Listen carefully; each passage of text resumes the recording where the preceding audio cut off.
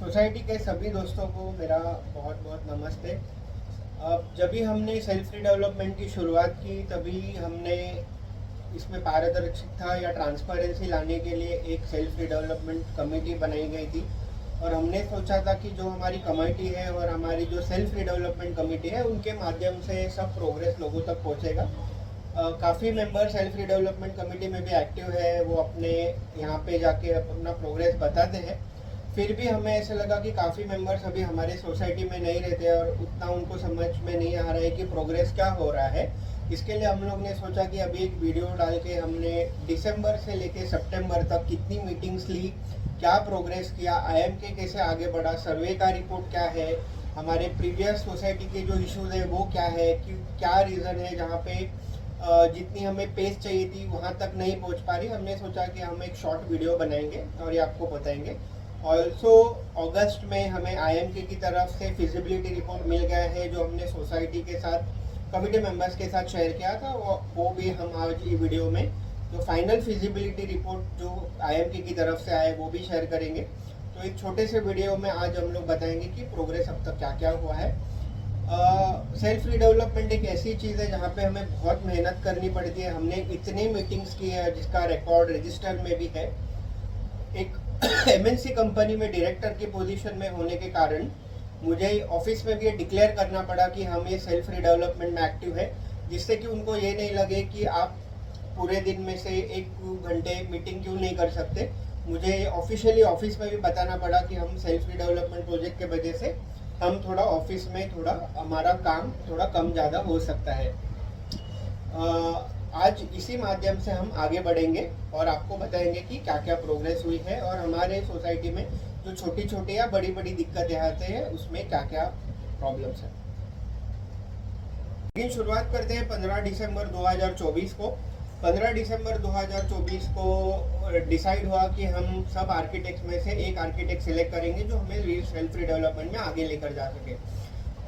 ये दिन बहुत ही इम्पोर्टेंट दिन था क्योंकि हमने बहुत कोशिश की कि ज़्यादा से ज़्यादा ये मीटिंग अटेंड करें। फाइनल देखे गए तो लोगों का टर्नआउट भी अच्छा था, लेकिन हम ये नहीं भूल सकते कि कुछ लोग ऐसे थे जो नहीं चाहते थे कि ये मीटिंग हो। बहुत लोगों को फ़ोन गए घर पे कि ये मीटिंग अटेंड मत करो। अभी हम स्पेसिफिक डिटेल्स में नहीं जाएंगे, ज़रूरत पड़ने पे जाएंगे, बट हमारे में से कोई कमिटी मेंबर था जो ग्राउंड के बाहर खड़े रह के सोसाइटी में खड़े रह के लोगों को बोल रहे थे कि मीटिंग अटेंड मत करो। ये सब होने के बावजूद भी हमारा वोटिंग टर्नआउट काफ़ी अच्छा था। 89 लोगों ने उस दिन वोट किया, जिसमें 78 वोट्स आईएम कादरी को मिले और बाकी नंदापुरकर सर और जलगांवकर सर को भी काफ़ी वोट्स मिले। लेकिन फाइनली 15 तारीख को ये डिसाइड हुआ कि हम सेल्फ डेवलपमेंट पे आईएम कादरी को लेकर आगे बढ़ेंगे। कादरी आर्किटेक्ट्स को बताया कि वोटिंग में वो नंबर 1 पे आए हैं और अभी उनको कमिटी और सेल्फ डेवलपमेंट कमेटी के साथ काम करना होगा ये प्रोजेक्ट को आगे लेके जाने के लिए। इसके बाद 4 जनवरी और 11 जनवरी को कमिटी और रीडेवलपमेंट कमेटी की मीटिंग हुई, जहाँ पे डिसाइड किया गया कि वोट्स जो 89 टोटल हुए हैं उससे हम आगे बढ़ सकते हैं कि नहीं। फिर हमने हमारे जो मेंटर है सेल्फ डेवलपमेंट कमेटी के मिस्टर चंद्रशेखर प्रभु, उनसे बात की। उन्होंने बोला काफ़ी वन साइडेड मैंडेट है, तो आप डेफिनेटली आगे बढ़ सकते हो।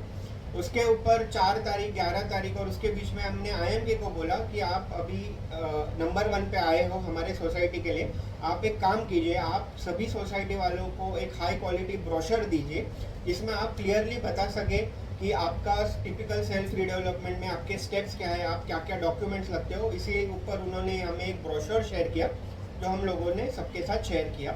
उसके बाद 29 जनवरी को आईएमके की टीम हमारे ऑफिस में आई थी। उसके ऊपर भी हमने डिस्कस किया कि आगे ये प्रोजेक्ट को कैसे लेकर जाना है। फाइनली सब स्टडी करने के बाद हमने डिसाइड किया कि हमें आईएमके के ऑफिस जाना चाहिए। तो 3 मार्च 2025 को एक सेल्फ रिडेवलपमेंट टीम और कमेटी दोनों को बोला गया कि हम ये दिन आईएमके के ऑफिस में जा रहे हैं। ये ऑफिस वरेली में है और वहाँ पे उन्होंने हमें इनवाइट किया और हमें ऑफिस दिखाया। और अगर हम आगे जाके देखेंगे तो ये जो दिन वहाँ पे मीटिंग के लिए गए थे वो सब, तो हमने वो ऑफिस में जाके क्या किया, वो सिर्फ हम शेयर करने नहीं गए थे, हमने एक्चुअली में जाके देखा कि उनके पास कितने आर्किटेक्ट्स वर्किंग है, उनका क्या चल रहा है। और हमने वहाँ पे जाके चेक किया कि ये एक एक्टिव आर्किटेक्चरल फर्म है जो बड़े बड़े बिजनेस मॉडल्स और बड़े बड़े सोसाइटीज़ को हैंडल करती है। तो ये सब हुआ 3 मार्च को। जब ये चल रहा था तभी लेटर ऑफ इंटेंट का डिस्कशन चल रहा था। अभी लेटर ऑफ इंटेंट ये है कि हम आईएमके को बताएंगे कि सोसाइटी की तरफ से कि हम आपके साथ आगे बढ़ रहे हैं। ये letter of intent is not the final document जो हम साइन करेंगे, बट ये लेटर ऑफ इंटेंट आप एक रोका या एंगेजमेंट की तरह ले सकते हैं कि हम अभी आपके साथ ही बात कर रहे हैं, आगे चल के हम चाहेंगे कि आपको फाइनल हम दें, लेकिन ये बीच में हम और किसी आर्किटेक्ट से बात नहीं कर रहे। इसका भी एक मीनिंग होता है लेटर ऑफ इंटेंट से। सब स्टडी करने के बाद, आईएमके से स्टडी करने के बाद, उनके सोसाइटी में उन लोग आने के बाद, हम उनके ऑफिस में जाने के बाद फाइनली 15 मार्च 2025 को हमारी कमेटी की तरफ से एलओआई आईएमके को दिया गया। तो इसमें बताया गया कि हम अभी आपके साथ आगे बढ़ना चाहेंगे और जो भी आपके टर्म्स एंड कंडीशंस वेज है वो हम हमारे साथ शेयर करो। तो 15 मार्च को एलओआई साइन किया गया आईएमके के साथ। 15 मार्च को एलओआई साइन होने के बाद आईएमके और रीडेवलपमेंट कमेटी और हमारी कमेटी नेक्स्ट आगे बढ़ी, जहाँ पे आप देख सकते हैं कि 30 मार्च को मीटिंग हुई, 4 अप्रैल को मीटिंग हुई, जहाँ पे आईएमके की लाइसेंसिंग टीम हमारे सोसाइटी ऑफिस में आई थी और बताने लग गए कि उनको ये प्रोजेक्ट आगे लेके जाने के लिए क्या क्या डॉक्यूमेंट्स लगने वाले हैं। इसमें चालू हो गई बात हमारे पास कितना एरिया है उसकी। यहाँ से थोड़ा कन्फ्यूजन भी हमारी सोसाइटी में है, थोड़ा नहीं बहुत बड़ा कन्फ्यूजन है कि हमारा जो एरिया है वो 6000 है, 7000 है, 9000 है, 10000 है या 10,500 है। आईएमके ने बोला कि हम जब भी म्हाडा में फाइल सबमिट करेंगे तो हमें पता होना चाहिए कि इनिशियली हम लोग क्या एरिया के लिए हम एप्लीकेशन दें। उधर से उन्होंने सजेस्ट किया कि क्या आपकी सोसाइटी एक सर्वे करके ले सकती है, जिससे कि उन्हें भी कंफर्म हो जाएगी कितना एरिया के लिए उन्हें फिजिबिलिटी रिपोर्ट देनी है और कितने एरिया के लिए वो म्हाडा में एक प्लान लेआउट डाल सकते हैं, जिसके बाद वो म्हाडा आके उसकी चेकिंग तो करता ही है। फिर हमने उन आईएमके को पूछा कि क्या हम एग्जिस्टिंग एरिया जो भी म्हाडा के लेआउट में है उसके लिए अप्लाई कर सकते हैं क्या। लेकिन उसमें और एक चीज़ आईएमके ने बताई कि ये जो सर्वे होता है उसका और एक फ़ायदा होता है, जैसे कि हमें पता चलता है कि हमारे बिल्डिंग के बाजू में कौन सी बिल्डिंग है, उसका हाइट कितना है, और इससे बेटर प्लानिंग हो सकती है। बेटर प्लानिंग का मीनिंग ये है, हम नहीं चाहते कि हम यहाँ पे अच्छी बिल्डिंग बनाएं और पीछे राहुल सोसाइटी और ये हमारे पीछे जो अभी पंचम या ऑक्सफोर्ड की जो बिल्डिंग है उसको एकदम लग के बिल्डिंग हो। तो ये सर्वे जो होते हैं थर्ड पार्टी सर्वे, उससे सिर्फ प्लॉट एरिया पता नहीं चलता, लेकिन हमें ये भी पता चलता है कि आगे पीछे कोई बिल्डिंग है क्या।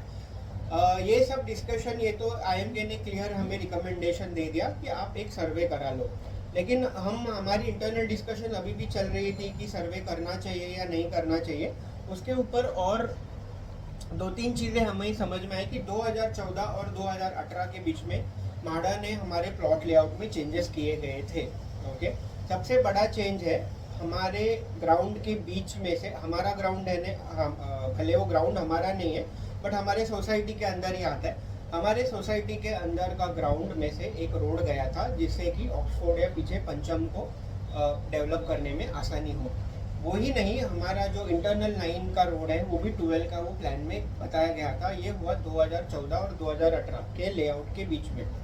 अभी ये म्हाडा ने ऐसा क्यों किया, इसके लिए क्या कि हमारे पीछे एक हाई राइज बिल्डिंग खड़ी हो सके, लेकिन हमारी सोसाइटी को इससे नुकसान हुआ है। जैसे लोग म्हाडा में प्रॉब्लम सॉल्व करने जाते हैं, मल्टीपल वेज है म्हाडा में प्रॉब्लम सॉल्व करने के। आपने सुना ही होगा, हमारे काफ़ी कमेटी मेंबर्स एक्टिव है जो म्हाडा पे मोर्चा भी लेके जाते हैं। हम ये सब कर सकते थे और हम ये स्टॉप कर सकते थे अगर चाहते, और ये अराउंड 2018 के पहले की बात है। तो जब भी वो कमेटी मेंबर्स है, और अगेन अगर कमेटी मेंबर्स ये सब लोग सोसाइटी के साथ शेयर करते तो शायद एक जनरल बॉडी में फैसला हो सकता था कि हमें म्हाडा के साथ इसके ऊपर फाइट करना है।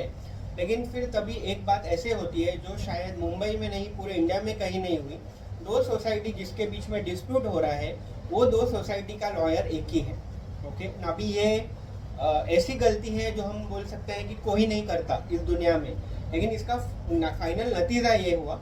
हमने कितने बाद में जाके म्हाडा से क्या क्या बता रहे, लेकिन जब भी ये मैटर करता था हमें म्हाडा के साथ फाइट करना चाहिए था, ये वो लेवल की फाइट नहीं हुई। और प्रॉब्लम ये निकला, हमारे सोसाइटी के बीच से एक रोड निकला। उतना ही नहीं, हमारे इंटरनल रोड्स जो 9 मीटर के आसपास के थे वो मैप में अभी 12 मीटर्स के हो गए। और हमें सर्वे में ये भी चेक करना था कि इससे हमारे रीडेवलपमेंट को क्या फ़र्क पड़ता है। यही टाइम ने ऑक्सफोर्ड में दूसरा प्रॉब्लम चालू हो गया था। यही टाइम है जब भी हम सर्वेयर फाइनल कर रहे थे, जहाँ पे 12 और 13 के बीच में फाइट चालू हो गई। ऑक्सफोर्ड ने क्या किया, उसकी बिल्डिंग बांधने के पहले उसने पत्रे आगे लगाए थे। जैसे बिल्डिंग बांध के हो गई तो वो अपने वॉल के अंदर आ रहे थे। तो हमने सोचा एक काम करते हैं, रीडेवलपमेंट में भी फ़ायदा हो जाएगा और 3 जगह पे हमें फ़ायदा हो जाएगा। एक, क्या बीच से रोड जाने के बाद हमारे प्लॉट एरिया में कोई फ़र्क पड़ा है? 2, 12 या 13 के बीच में हमारी और ऑक्सफोर्ड के बीच में जो लाइन है उसका क्या है? और 3, हमारी सोसाइटी और MIG कॉलोनी के सोसाइटी में बाउंड्री क्या होनी चाहिए? ये तीनों भी हमें सर्वेयर के थ्रू पता चल जाएगा। तो रीडेवलपमेंट में फ़ायदा और 1, 2, 3 प्रॉब्लम सॉल्व करने के लिए हमने डिसाइड किया कि हम सर्वेयर को अपॉइंट करेंगे। आप देख सकते हैं 30 मई को भी मीटिंग हुई। बाद में हमने बेस्ट जो सर्वेयर्स है उनकी लिस्ट मंगाई और ये सेल्फ डेवलपमेंट पर कमेटी में फाइनली डिसाइड हुआ कि कौन सा सर्वेयर हमें चूज़ करना चाहिए। और 19 जून 2025 को हमने ग्रिड लाइन डिज़ाइन सर्वेयर को बताया कि आप हमारे कॉलोनी में आके सर्वे कीजिए। 19 जून को हमने सर्वेयर को बोला कि हाँ आप सर्वे कीजिए और एग्जैक्टली नेक्स्ट डे 20 जून 2025 को हमारे सोसाइटी का सर्वे स्टार्ट हुआ। हमारी सोसाइटी छोटी नहीं है, ये ऐसी कोई बिल्डिंग नहीं है जहाँ पे आप वॉल टू वॉल देखो और हो सके, बिकॉज हमें काफ़ी बार दूसरे सोसाइटी में भी जाके रीडिंग लेने पड़ते हैं। लेकिन 20 जून को काम चालू हुआ। उन लोग रिटर्न गए और उन्होंने म्हाडा के लेआउट के साथ अपना सर्वे मैच किया। उन्हें 26 जून को फिर से आना पड़ा अपनी सोसाइटी, क्योंकि अपनी और MIG और अडानी के बीच में जो वॉल है उधर उनको डिस्क्रिपेंसी मिल रही थी। तो 20 जून को सर्वे स्टार्ट हुआ। थोड़ी जो डिस्क्रिपेंसीज थी सर्वेयर के हिसाब से वो 26 जून को आके उसने रिजॉल्व कर दी। सर्वेयर ने हमें कांटेक्ट करने स्टार्ट किया और बताया कि बाकी सब आपका प्लॉट एरिया परफेक्ट है, आपके पास अभी भी 10,000 स्क्वायर मीटर के ऊपर एरिया है, तो हमारा कुछ एरिया गया नहीं है। हमने सर्वे में ग्राउंड का भी मेजरमेंट सर्वेयर को लेने बोला, हम बताएंगे हमने उसको ग्राउंड का मेजर क्यों करने बोला। लेकिन प्रॉब्लम थी 16, 17, 18, 19 के पीछे की बाउंड्री लाइन जो MIG के साथ कोलाइड होती है, वहाँ पे उसे क्लियर डिस्क्रिपेंसी मिली कि हमारी और MIG के बीच में क्या बाउंड्री वॉल पकड़नी है। इधर भी एक प्रॉब्लम जो हमारी सोसाइटी ने क्रिएट की थी। ये मुद्दा जो है कि हमारा और MIG के बीच में बाउंड्री क्या होनी चाहिए, ऑलरेडी 2 या 3 महीने पहले एक मीटिंग में डेवलपमेंट कमेटी और कमेटी के मीटिंग में मैंने ये मुद्दा उठाया था। जब भी पता चला कि हमारे सोसाइटी और MIG सोसाइटी के बीच में एक रिटर्न एग्रीमेंट हुआ है कि वो बाउंड्री लाइन कहाँ पे होगी, हमने बोला बहुत ही अच्छी बात है, अगर 2 सोसाइटी के बीच में एक रिटर्न एग्रीमेंट होता है तो वो म्हाडा में स्टैंड करता है। फिर नेक्स्ट 2 या 3 दिन हमारे मित्रों ने सोसाइटी के अंदर वो डॉक्यूमेंट ढूंढने की ट्राई की और वो डॉक्यूमेंट अभी सोसाइटी के पास नहीं है। इसमें 2 क्वेश्चन आते हैं कि अगर इतना इम्पोर्टेंट डॉक्यूमेंट जिससे कि 200 या 300 स्क्वायर मीटर का फ़र्क पड़ सकता है, इतना डॉक्यूमेंट फाइल में अभी क्यों नहीं मिल रहा है, और अगर ये डॉक्यूमेंट इतना ही इम्पोर्टेंट था तो उसका डिजिटल कॉपी हमने क्यों नहीं लिया, और इससे भी हमारा ओवरऑल जो प्रोग्रेस है इसके ऊपर एक इम्पैक्ट पड़ता है। तो फाइनली हमारे सर्वेयर को हमने बोला कि आप एक काम कीजिए, आप सर्वे पहले IMK को भेजिए और चेक कीजिए कि उनको जो जो चाहिए था, जो ऑटोकैड की ड्राइंग चाहिए, कि वो उनसे खुश है क्या। तो हमारे सर्वेयर ने IMK को अपने सर्वे का रिपोर्ट दिया। अभी भी हमारा स्क्वायर मीटर फाइनल नहीं हुआ है, वो अगर आपको पता चलेगा, लेकिन एटलीस्ट उसने रीडिंग शेयर कर दी IMK के साथ कि ये सर्वे रिपोर्ट आ रहा है। इसके बीच में हमने MIG कॉलोनी से भी कुछ डॉक्यूमेंट्स हमारे पास आए कि उन्होंने बाउंड्री क्या की है, और आज अगर देखने गए तो हमारा प्लॉट एरिया बाकी साइड से कोई भी प्रॉब्लम नहीं है। हमारे और बीच में ऑक्सफोर्ड के बीच में भी हमने कोई एनक्रोचमेंट नहीं की है, लेकिन फिर भी डिफरेंस है। अगर आप वैल्यू देखोगे तो 10,824 स्क्वायर मीटर हमारे सोसाइटी का एरिया होना चाहिए, लेकिन अगर बाउंड्री MIG के साथ आगे पीछे होती है तो हमारा एरिया होना चाहिए 10,491। अगर आप 10,491 का भी एरिया लेते हैं तो भी हमारे पास काफ़ी एरिया है एक अच्छी सेल्फ रीडेवलपमेंट को जाने के लिए। लेकिन जो डिफरेंस है 333 स्क्वायर मीटर का, ये डिफरेंस मुंबई के लिए बहुत बड़ा डिफरेंस है। अगर आप जवाहर नगर या कहीं पे जाओगे तो 450 स्क्वायर मीटर में भी एक अच्छी बिल्डिंग बनती है। तो यहाँ पे ये सिर्फ 333 स्क्वायर मीटर का एरिया है, लेकिन मुंबई जैसे जगह में ये 333 स्क्वायर मीटर का एरिया भी बहुत मायने रखता है। फिर हमने डिसाइड किया कि अभी आगे कैसे बढ़े। आपके एरिया के सामने हमारी सोसाइटी की ये कंडीशन है, 6071 स्क्वायर मीटर हमने इसके ऊपर लीज थी हमारी, ठीक है। 10,491 या 10,824 हमारे पास अभी हम ऑक्यूपाई कर रहे हैं, यानी हम इस पर सेल्फ रीडेवलपमेंट कर सकते हैं। लेकिन अभी हमें म्हाडा के साथ, जब भी म्हाडा को हमारा प्रपोजल जाएगा तो हमें इसमें से एक एरिया मिलेगा बेस्ड ऑन हमारे और MIG के बीच में बाउंड्री लाइन क्या है। ये सब के बीच में IM के हमारे पास आ रहा था कि हमें आगे बढ़ना है, हमें आपका फिजिबिलिटी प्लान रेडी करना है ताकि वो म्हाडा में हम लोग आगे इसको जाके सबमिट करने की कोशिश चालू करें, तो हम कैसे आगे बढ़े। तो इसके ऊपर अगर आपके स्क्रीन पे जो डेट्स दिख रहे हैं उसमें हमारे अंदर कमेटी, रीडेवलपमेंट कमेटी की मीटिंग हुई और ऐसे फाइनलाइज हुआ कि हम IMK को बताएंगे कि आप जो फिजिबिलिटी रिपोर्ट है, यानी सोसाइटी में मेंबर को कितना एरिया मिलेगा और कितना कॉर्पस फंड मिलेगा, कॉर्पस फंड यानी प्रॉफिट, वो आप कम नंबर पे कीजिए, यानी 10,491 पे हमें फिजिबिलिटी रिपोर्ट दीजिए और 10,824 का हम एक्चुअली अप्लाई करेंगे म्हाडा में, और अगर हमें उतना मिलता है तो वो हम बेनिफिट लोगों में पास ऑन करेंगे।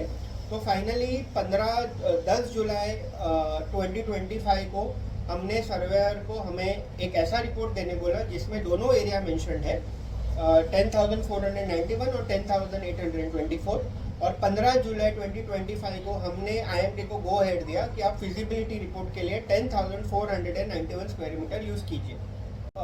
सर्वे का रिपोर्ट आने के बाद हमने IMK को बोला कि आप प्रोसीड कीजिए 10,491 का, और बिफोर उन्होंने एक्चुअल फिजिबिलिटी रिपोर्ट देने के पहले उनके जो लाइजनिंग टीम है वो म्हाडा में गए, म्हाडा को बताया कि ऐसे ऐसे हम एरिया पकड़ के आगे चल रहे हैं और कुछ रूल्स है क्या आपके जिससे हमारे ये सेल्फ रिडेवलपमेंट में इम्पैक्ट हो सके। इसके ऊपर चर्चा हुई हमारे बीच के रोड की, और क्लियरली IMK ने हमसे डिस्कस किया कि ये रोड का क्या करना है। तो हमारे पास इसके दो ऑप्शंस थे, ओके। एक ऑप्शन ये था कि जो रोड है उसको वैसे ही रखा जाए, लेकिन इसका मीनिंग क्या होता है, हमें इसका इम्पैक्ट भी समझना चाहिए। अगर वो रोड वैसे ही रखते हैं तो हमारे पॉकेट्स में छोटे छोटे बिल्डिंग बनेंगे, कोई प्रॉब्लम नहीं है, आपको एरिया अच्छा मिलेगा, सब कुछ अच्छा मिलेगा। लेकिन जब भी आपकी बिल्डिंग के साइड की जगह नहीं होती है तो सबसे बड़ी प्रॉब्लम आती है पार्किंग को, क्योंकि पार्किंग के लिए आपकी बिल्डिंग से ज़्यादा आपको साइज लगती है जिससे कि गाड़ी घूम घूम के आप ऊपर पार्क कर सके। तो हमने बोला कि ऐसा अच्छा प्लान बनाओ, अगर ये रोड हम इंटरनल एमैलगेट कर सकते हैं तो एक अच्छी बिल्डिंग मिलेंगी। और क्योंकि हम सेंट्रल प्लॉट पे ओरिजिनल रेसिडेंट्स के लिए घर का प्लान कर रहे हैं जिससे कि उनको गार्डन बिडन मिले, हमने बोला कि आप आपके फिजिबिलिटी रिपोर्ट में ये अंदर का रोड लेने के लिए ट्राई कीजिए। उसके ऊपर जो लाइजनिंग टीम है, वर्तक कंसल्टेंट, उन्होंने म्हाडा को बोला, म्हाडा ने बोला आप अप्लाई कर सकते हो आपके प्लान में कि ये जो रोड है वो कोई बड़े दो सोसाइटीज़ को कनेक्ट नहीं करता, आपका ही रोड है और ये आप अमेलगमेट कर सकते हो आपके प्रपोजल में। ये सब फिजिबिलिटी होने के बाद फाइनली अगस्त में IMK ने हमें, पहले जब भी सिलेक्शन प्रोसेस हुई थी तभी उन्होंने एक हमें फिजिबिलिटी रिपोर्ट दी थी, लेकिन अभी फाइनली सर्वे के ऊपर उन्होंने एक फिजिबिलिटी रिपोर्ट और दी जो अगस्त में हमने कमेटी में शेयर की थी, और अभी मैं सभी लोगों के साथ ये शेयर कर रहा हूँ। अगर हम देखने गए तो हमारे सोसाइटी में दो वे से सेल्फ डेवलपमेंट हो सकता है, एक है 33(5) और दूसरा है 33(9). 33(9) में भी दो ऑप्शंस है, विदाउट प्रो रेटा और विद प्रो रेटा, और ये जैसे ही हम मीटिंग में जाएंगे तभी हम आपको एक्सप्लेन कर सकते हैं। अभी ये बात याद रखिए कि हमने IMK को कम एरिया पकड़ने के लिए कहा है, हम 10,700 या 800 जो एरिया को पकड़ने के लिए नहीं कह रहे हैं, क्योंकि हम नहीं चाहते कि हम लोगों को अभी 1800 बोले और वो कम करे। तो हमने IMK को बोला कि आप कम एरिया पे फिजिबिलिटी रिपोर्ट दो, और अगर आगे जाके अगर एरिया बढ़ता है तो लोगों को उसका मॉनेटरी बेनिफिट दे दो, तो हम लोग आएंगे। तो अगर आप देखोगे ही तो ये फाइनल फिजिबिलिटी रिपोर्ट है, ये वीडियो के साथ मैं ये भी अटैच कर दूंगा। 33(5) के अंदर आपको 1700, 33(9) विदाउट प्रो रेटा में 1500 और 1800 मिल रहे हैं। रेंट हमने 36 मंथ्स के लिए 45,000 पकड़ा है, 2 मंथ्स के ब्रोकरेज के साथ।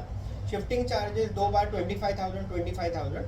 अगेन ये हम चेंज कर सकते हैं बिकॉज ये सेल्फ रीडेवलपमेंट है, जब भी हम घर खाली करेंगे तभी हम ये वैल्यू चेंज कर सकते हैं। इससे आपके हाथ में जो प्रॉफिट आएगा इनमें वो चेंज होगा, लेकिन ये कैलकुलेशन के लिए है। सोसाइटी के पास फाइनल अथॉरिटी है कि हम आइडियली फाइनल क्या रेंट डिक्लेयर करें। ओवरऑल प्रॉफिट देखने गए तो ये बहुत ही अच्छा प्रॉफिट है। 111.57 करोड़ 33.5 में, 118.14 करोड़ 33.9 में। अभी ये प्रॉफिट इंपॉर्टेंट क्यों है? ये प्रॉफिट इसके लिए इंपॉर्टेंट नहीं है कि आपको एंड में रीडेवलपमेंट के बाद 80 लाख या 85 लाख आपको मिलेंगे, तो बहुत बड़ी बात है। एक मिडिल क्लास को घर भी मिल रहा है और 80 और 85 लाख हाथ में मिल रहा है, ये बहुत बड़ी बात है। लेकिन IIM के लिए ये प्रॉफिट इम्पॉर्टेंट है, क्योंकि कोई भी इन्वेस्टर जब तक उसको पता नहीं चलेगा कि आपका प्रोजेक्ट प्रॉफिटेबल है, वो इन्वेस्ट नहीं करता है। अगर आप किसी भी फाइनेंसर को बोलोगे कि आपका जीरो सम गेम है, यानी आप जितना इन्वेस्ट करोगे उतना ही घूम रहा है और हमारे पास कुछ नहीं बच रहा है, तो वो बोलेगा कि आपका रिस्की प्रपोजिशन है। तो ये प्रॉफिट सिर्फ लोगों में एंड में बांटने के लिए नहीं है, ये प्रॉफिट देख के ही फाइनेंसर हमारे सोसाइटी को फाइनेंस करने को रेडी होगा। तो IIM के ये जब भी एरिया डिसाइड करता है, मुझे देखना पड़ता है कि ये प्रॉफिटेबल हो। 1900 या 2000 भी जा सकते हैं अगर सारे सोसाइटी मिलकर बोले कि नहीं हमें 1900 ही चाहिए। लेकिन इससे अगर प्रॉफिट पे इम्पैक्ट हो रहा है और फाइनेंस पे इम्पैक्ट हो रहा है तो हम कहेंगे नहीं, that is not an option. तो अभी आप लोअर एरिया जो हमने कंसिडर किया है म्हाडा से, वो बढ़ भी सकता है। उसके हिसाब से आप पकड़ो 1700 1800, और हर एक टेनेंट को 80 लाख और 85 लाख। अभी ये नंबर हवे में नहीं है। तो मुंबई जो इंडिया की टॉप 10 आर्किटेक्चरल फर्म जिन्होंने नेहरू प्लैनेट सेंटोरियम बनाया है, नेहरू प्लानिटोरियम बनाए हैं, उन लोगों ने ये नंबर दिए हैं। तो ये आंकड़े स्टैंड करेंगे अगर हमने इसी तरफ इसको आगे बढ़ाया तो। 9 अगस्त को फिजिबिलिटी आने के बाद हमने 26 अगस्त को IIM की टीम को हमारे सोसाइटी में इनवाइट किया। यहाँ पे लोगों ने उनको पूछा कि आगे क्या स्टेप करना है। तो सबसे पहली बात आती है कि उन्होंने एरिया तो पकड़ लिया कि 10,400 है वो यूज़ करेंगे, लेकिन म्हाडा के रिकॉर्ड में तो अभी भी 6,000 ही है। तो उसका पहला स्टेप है कि म्हाडा के रिकॉर्ड के लिए हम लोग क्या करें। ओके, तो उसके ऊपर डिसाइड ऐसे हुआ, जो 26 अगस्त की मीटिंग थी, यहाँ पे committee members, redevelopment committee members और बहुत सारे मेंबर्स अपने सोसाइटी ऑफिस में प्रेजेंट थे। और ये 26 अगस्त की बात है। ऐसे डिसाइड हुआ 26 अगस्त को कि हम म्हाडा में जो प्रपोजल डालेंगे सेल्फ रीडेवलपमेंट का, वो हमारे हिसाब से जो बेस्ट एरिया है, जो हमारे अंडर है, जो हायर नंबर है, उसके लिए प्रपोजल डालेंगे। फिजिबिलिटी रिपोर्ट तो हमने कम नंबर पे लोगों को दे दी, और म्हाडा जब भी रिटर्न आके सर्वे लेगा तभी उनको बताने दो कि आपके पास इतना एरिया है। तो 26 अगस्त को मीटिंग में ये डिसाइड किया, जो हमारे सोसाइटी ऑफिस में हूँ, कि म्हाडा में हम हायर नंबर से प्रपोजल डालेंगे और फिजिबिलिटी हम लोअर नंबर पे देंगे। 26 अगस्त की मीटिंग के बाद और ये जनरल अग्रीमेंट से हुआ था। नेक्स्ट स्टेप जो IIM के ने बताए वो ये थे कि आप चालू कीजिए अपने हिसाब से, और हम आपके लिए एलिवेशन प्लान बनाने रेडी करेंगे। क्या होता है कि लोगों को आपने बता तो दिया कि 1800 मिल रहा है, 80 लाख मिल रहे हैं, लेकिन कोई भी नॉर्मल है वो बोलेंगे कि जब तक आप मुझे बताते नहीं हो कि मेरे यहाँ पे कितने बिल्डिंग्स आने वाली है, वो 22 फ्लोर की रहेगी, 30 फ्लोर की रहेगी, हम कैसे विश्वास करें कि हमारे यहाँ पे अच्छा प्रोजेक्ट हो सकता है। तो IIM के ने बोला कि हम एलिवेशन प्लान बनाने के लिए ऑलरेडी हमने स्टार्ट कर दिया है, लेकिन अभी तक हमें याद रखना चाहिए कि IIM के को हमने अभी तक लेटर ऑफ इंटेंट दिया है। तो हमारा सितंबर का ये धैर्य था या ये था कि हम IIM के को बोलेंगे कि आप एलिवेशन रेडी कीजिए, लोगों को एक AGM बुला के हम लोगों को बताएंगे कि ये आपका प्लान है, इतने बिल्डिंग्स है, आप 1800 स्क्वायर फीट फिट कर सकते हो क्या। वहाँ पे चर्चा होगी कि मुझे 2 फ्लैट चाहिए, एक रेंट पे देना है, एक बेचना है, बट ये सब डिस्कस होगी। और वो एलिवेशन के बेस पे हम लोगों को पूछेंगे कि क्या हम IIM के को अपनी तरफ से आगे बढ़ने की परवानगी देते हैं क्या। जिसके बाद IIM के एक्चुअली म्हाडा में जाके काम करेंगे और हमारे और IIM के बीच में एक अग्रीमेंट होगा कि IIM के officially are architect for the self redevelopment, क्योंकि अभी तक हम लोग सिर्फ LOI पे ही काम कर रहे हैं। ये प्लान था सितंबर में कंप्लीट करने का। हमने पूछा कि आगे का प्लान क्या है, तो यही प्लान था कि सितंबर में IIM के एक सबको एक प्रेजेंटेशन देगी कि बिल्डिंग्स कितने आएंगे, जिससे कि IIM के को हम लोग सोसाइटी में अपॉइंट करेंगे। सोसाइटी ये डिसाइड करेगी कि 33 फाइन और 33.9 में से कौन सा लेना है, क्योंकि it is not just about area. ऐसे नहीं है कि दोनों में से एक ले लो और आपको एरिया मिलेगा। हम IIM के और लाइजनिंग टीम बताएंगे कि किसमें आपको आगे पीछे हो सकता है या टाइम आगे पीछे हो सकता है, लेकिन ये डिसीजन ये सोसाइटी का रहेगा। अभी एक टॉपिक आता है कि फाइनेंस का क्या होगा, फाइनेंस का क्या होगा। अभी इसमें दो या चीज़ है। चंद्रशेखर प्रभु जो एक सॉफ्ट मेंटरिंग कर रहे हैं पूरे प्रोसेस में, starting from architect selection to the surveyor, उनसे भी पता चला कि वो महाप्रीत करके जो ऑर्गेनाइजेशन है उसके अभी वो एक फाइनलाइजिंग कमेटी जो डिसाइड करती है कि किसको फाइनेंस करना है किसको नहीं, वो टेक्निकल कमेटी के अभी वो चेयरमैन है। तो एक जो गवर्नमेंट की बॉडी है महाप्रीत करके, वहाँ से हमें होप, वहाँ से हमें लगेगा कि हम फाइनेंस हो सकता है। और हमने बोला कि फाइनेंस की बातें करने के लिए भी जब तक आप म्हाडा में फाइल सबमिट नहीं करोगे बेस्ड ऑन हमारा जो सर्वे रिपोर्ट आए, तभी आप फाइनेंसर के पास नहीं जा सकते। तो ऐसे ही डिसाइड हुआ, एक म्हाडा में जो भी डिसाइड करेगी सोसाइटी उसके ऊपर से हम एडमिट करेंगे और वही फाइल लेके हम फाइनेंसर के पास जाएंगे कि प्री आईओडी फाइनेंस भी होता है और पोस्ट आईओडी फाइनेंस भी होता है। ये स्टेप के बीच में आप अगर देख रहे हो कि ये स्क्रीन पे जो भी नंबर्स है, इतनी मीटिंग्स हुई हैं, और ये सिर्फ मीटिंग्स नहीं है, सैकड़ों फ़ोन कॉल्स, सैकड़ों डिस्कशंस। तो एक सेल्फ रीडेवलपमेंट को जितनी पेस से लेना चाहिए हम पूरी कोशिश कर रहे हैं। क्या हम बेटर कर सकते हैं? 101%। बट हम यही चाहेंगे कि ऐसे लोग इसमें जुड़े जो सच में इसको आगे लेने जाते हैं, ना कि वो वेट कर रहे हैं कि ये कभी फेल हो और हम ऑल्टरनेट प्लान में जाए। ऐसे लोगों के वजह से हमेशा प्रॉब्लम होती है, हमारे सोसाइटी में भी है, सब जगह पे है ऐसे लोग। लेकिन हम पूरी मेहनत से इसे आगे लेके जाने के लिए कोशिश कर रहे हैं। हम इसमें हमारे ऑफिस में जितना एफर्ट दे रहे हैं, हम कहीं ज़्यादा एफर्ट इसमें दे रहे हैं, क्योंकि इसमें हमें बहुत लोगों से बात करनी पड़ती है, दूसरे सोसाइटी से बात करनी पड़ती है, उनका एक्सपीरियंस क्या है। तो मैं यही चाहूँगा कि इतनी प्रोग्रेस होने के बाद हम इसे एक लॉजिकल एंड तक लेके जाए, ये पूरा प्रोजेक्ट ख़त्म हो। बहुत ही अच्छा प्रोजेक्ट चल रहा है, हमने one of the best architectural firm को अपॉइंट किया है। तो मैं यही चाहूँगा कि सब लोग मिलकर इसको आगे बढ़ाएं। और एक इसमें छोटी सी प्रॉब्लम हुई है कि हमने इसके बीच में कोई भी एक जनरल बॉडी मीटिंग नहीं ली। हमने रिलाई किया कि कमेटी और रीडेवलपमेंट कमेटी ये इन्फॉर्मेशन सबको पहुँचाएगी, लेकिन लगता है कि हमें आगे जाके मंथली एक मीटिंग तो पूरी सेल्फ जनरल बॉडी के साथ करनी पड़ेगी। हाँ, इसमें सोसाइटी बताएगी कि सेल्फ रीडेवलपमेंट पे इतना खर्चा हो गया है। अगर आप खर्चा देखोगे, लास्ट 1 साल में IMK ने जो भी किया है वो फ्री ऑफ चार्ज किया है। बाद में डेफिनेटली उन लोग अपने साथ बड़े प्रोजेक्ट में जुड़े हैं। तो जो भी रीडेवलपमेंट या सेल्फ रीडेवलपमेंट के लिए जो खर्चा हुआ है वो हुआ है सिर्फ जनरल बॉडी मीटिंग्स के लिए। और दूसरी बात, जो खर्चा हुआ है वो सर्वेयर के लिए, लेकिन सर्वेयर ने हमारे 3 प्रॉब्लम्स और थे, उनने भी हेल्प किया है। ऑक्सफोर्ड के साथ बाउंड्री का इशू, जो बीच में से रोड गया इसका इशू, और जो MIG के साथ। तो अभी तक हम लोग सोच के ही खर्चा कर रहे हैं, लेकिन ये सब हमारी भलाई के लिए हो रहा है। मैं ही कहूँगा कि इसमें जो भी और क्वेरीज है, जो भी है, हम इसे फेस करने को रेडी है। हमारे पास रजिस्टर है जहाँ जहाँ पे मीटिंग्स हुई है, हमारे पास कंप्यूटर में रिकॉर्ड्स है कि क्या क्या प्रोग्रेस चल रहा है। इतना ही बोलूँगा कि सब लोग आगे मिलकर आगे बढ़े। जय हिंद, जय महाराष्ट्र।